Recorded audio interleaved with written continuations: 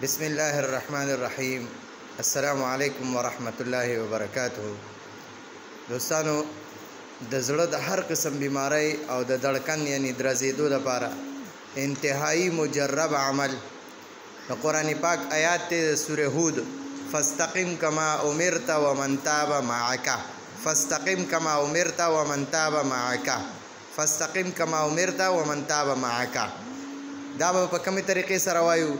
که زړه درزیږي یا نور هر قسم بیماری زړه ته لګېدلی وي یا د زړه اپریشن شوی وي نو د هر منځ نه پس په زړه باندې به لاس کېږدي او 14 ځل به دا بره آیات وی فاستقم کما امرت ومن تاب معك.